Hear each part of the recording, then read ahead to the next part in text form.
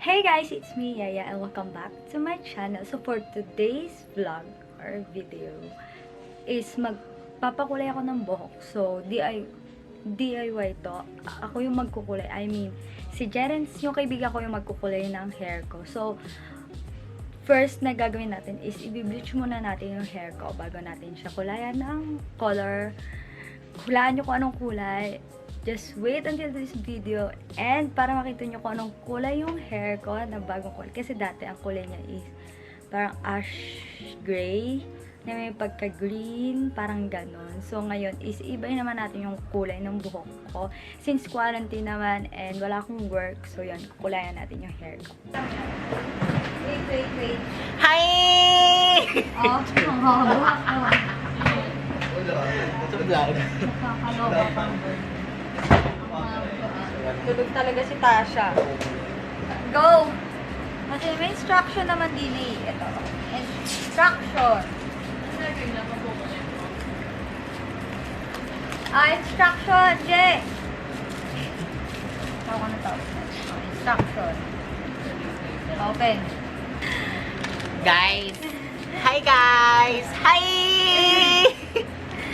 Anyway, for today's vlog, i-dye hair natin ang buhok ni Yeye! Yay!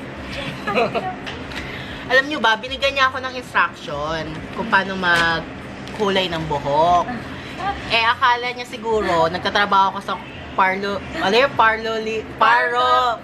parlorista. Kinembolar. Tapos hindi ko naman ito maintindihan po yung chick. Wait. Taas. Yan, para makita ka. Okay. First. Ano First daw, Number 2. ay Ito, yung number 2. 2. Ito unang gagamitin. Ayan. Kita nyo ba? Yan. Two. Beauty guru lang ang peg ko dito. Next. Next ay isi-shake. Charot. Hindi, may ilalagay daw. Hindi. What's that?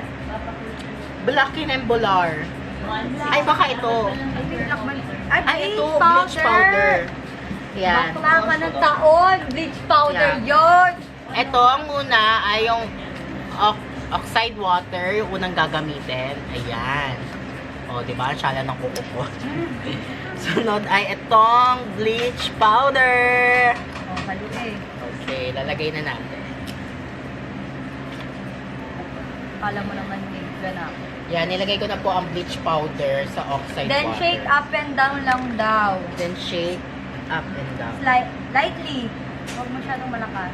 Up and down. Ay, ganito lang. Ano ba yan? Sanay kasi ako sa mabilisan eh. Hala. Hala na, Roshi. Yan, okay na ata to.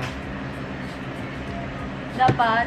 Okay na ba? Oh, okay. Next. Next. Next. Ay! Mahuhulog ka, girl. Next. Next ay kukunin natin yung Ito. Cream. yeah, Number 1. itong cream, yung number 1. Ito. Cream. Number Ano kulay ba ito? Bleach muna tayo bago tayo Bleach. magkulay ng hair. May kailangan butasan. Eh, kaya nga meron pang butas yung takat niya. Girl! Sorry.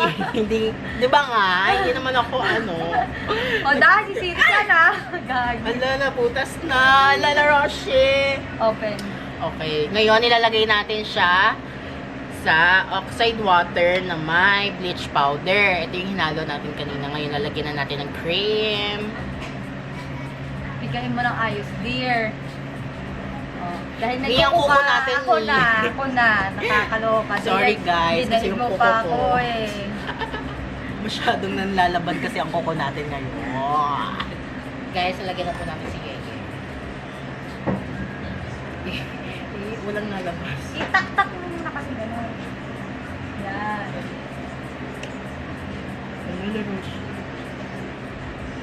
Konti-konti lang, oo. Konti-konti lang. Spread mo na sa ano. Yan, ganyan mo na lang.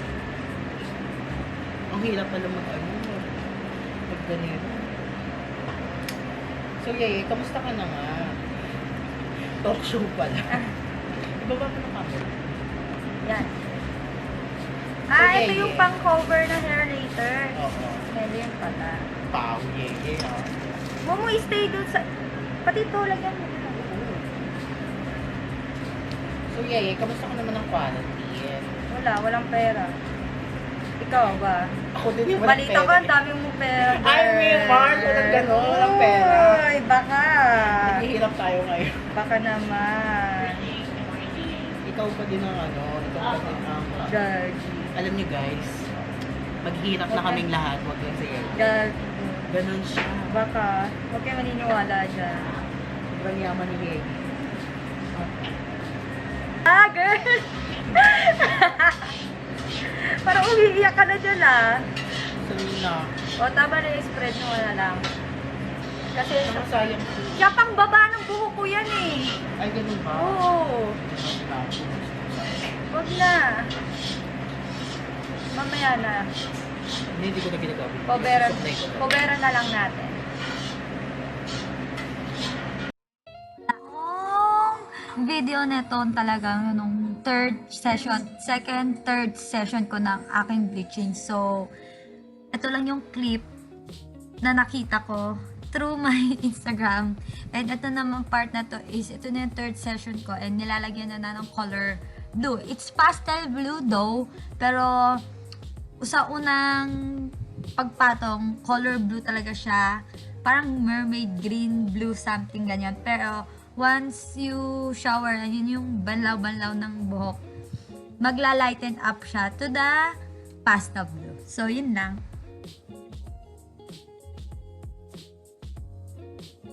Gosh, look at my hair.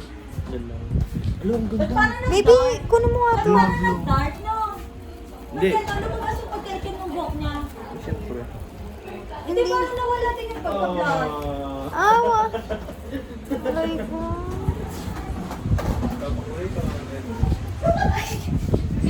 Tinatawaran niyo yung buhok ko. Mamaya pa.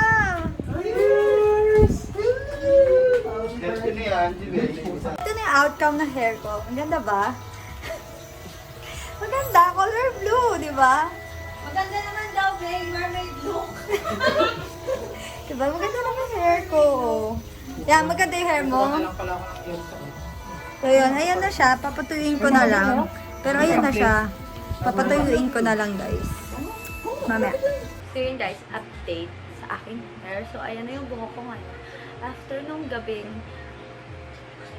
pinapatuyo ko siya and yung second batch na coloring kasi nga kulang yung nabili kong coloring sa buhok, kailangan pala talaga dalawa. And isa lang yung binili ko. So, buti na lang yung reseller na binili ko is meron siyang stock ng pastel blue. So, ayan yung hair ko. Wait, dali ko. So, ayan. So, yun yung color ng hair ko and hindi siya pastel blue. May mga pastel blue naman, pero hindi siya pastel blue all throughout. So, 3-tone or 4-tone siya. Kung may makita ka, may violet, may blue, may dark blue, may green. Ayan o, may green. May pastel. So, yun, 3-tone, 4-tone siya. So, bakit nangyari yun? Hindi ako si professional na pagkulay. So, si boyfriend lang. Kung pinsin nyo, nagkulay ng hair ko. Ayun, hindi siguro even yung pagkakalaga ng color. So, kaya ganyan. So, yun.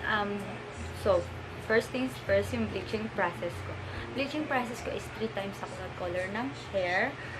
Nag-bleach pala ng hair. So, 3 times na nag-bleach ng hair. And kung gusto nyo ma-achieve yung ganitong color ng hair, kailangan platinum blonde yung hair nyo. Binang platinum blonde yung hair nyo para ma-achieve nyo yung ganitong color. So, kailangan 3 times. And kung galing talaga kayo natural color ng hair nyo, siguro magiging 4 times bleaching process yung gagawin nyo. And ako pa nag-bleach ako, nag-bleach ako, hindi ako nag-bleach sunod-sunod na araw. So, kunyari, first time bleach ako ngayon. Mag-aantay ako ng 3 days para magpahinga yung buhok ko, yung scalp ko. And then, di ako maliligo ng hair before ako mag-bleach ulit. Then, next 4 days.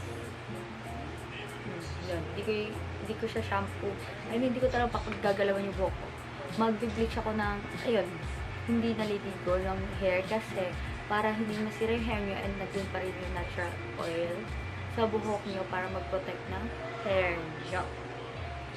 And then, tapos pagkatapos bleach ko ng third batch ng bleach, 2 days or 3 days ulit ako nagkulay ng ganitong kulay. Tama ba? Oo, 2 days or 3 days ulit ako nagkulay na ganitong kulay. Yun nga, kailangan magpahinga talaga yung hair nyo para hindi talaga masira sa pag-color and bleaching process. So, na-achieve ko naman yung malapit na kulay. Actually, malapit na kulay. Ayan. Malapit naman yung kulay. Natuwa naman ako sa outcome. Hindi naman pangit. Okay lang. So, ayan. Hindi masangit. Okay lang. Pero pagka mermaidy look, ano niyo yun? Mermaidy look. Na iba-iba yung color ng hair. And yung pinag-orderan ko pala ng color ng hair ko is from Unicorn.ph. So, sa Instagram. I-link ko sa description below. Yung Instagram account nila. And ang in-order ko sa kanila is set kasama yung bleach and yung hair color, keratin and oils. Yung oil, vitamin oil and virgin coconut oil. Yun. And 600 pesos yung bleach. And sa reseller ko siya in-order. Ito kay Chloe. So, kung taga ka ng ba kayo, talagay ko yung links sa baba ni Chloe. Pwede kayo sa kanya umorder. And pwede naman direct sa you. Mga pala, yung pagka-bleach ko pala, pag-bleach ko is kulang yung bleach na binili ko sa you. So, bumili ako ng bleach sa Shopee. So, hindi ako nagtitiwala sa mga bleach sa Shopee. So, yun lang ako nagtiwala mag-bleach. So, bumili ako sa Shopee ng bleach. So, hindi talaga nasira yung buhok ko. Parang gumanda pa yung buhok ko nung nagpagka-bleach ko nung binili kong bleach sa Shopee. So, sobrang ganda. Hindi siya nakaka-burn, nakaka-damage ng hair. Ilalagay ko din yung link, description sa baba. Sobrang ganda talaga. Hindi talaga siya na-damage. So, tuwa ako kasi akala ko madadamage yung hair ko. Kasi yun nga, gumamit ako ng ibang bleach na first time ko gagamitin. So, yun. So, maganda naman siya. So, yung bleach na yung binili ko is 9% yung bleach and yung oxidizing solution 9%. So, yung 9% kasi yung mga may color na talaga yung hair mo. So, pag binleach mo siya, mabilis siyang magla-light. And kung yung bibili nyo yung 6%, yun yung galing sa natural black parang buhok ata. Hindi ako sure, pero parang ganon. And yung 12% is kapag talagang blonde yung hair nyo and ito-tone nyo lang siya. Yun yung 12% doon. So, 9% lang yung bili. So, kung ko ng video to, and please don't forget to subscribe on my channel and please hit that bell notification button to notify you every time I post a new videos, like and share my videos, and please guys, subscribe to my channel kasi may hit ko na yung 1K mark ko. Nag-stop kasi ako sa YouTube ng 6 to 7 months because nag-work ako and yung work is 2 PM from 12 AM. So, wala akong time mag-vlog and travel. Gawa ng pandemic. Cancel lahat ng travel and everything. So, yeah. So, please subscribe to my channel para ma-hit ko na yung 1K mark ko dito sa YouTube. And nasa 800 something pa lang kasi ako. So, yeah. Thank you!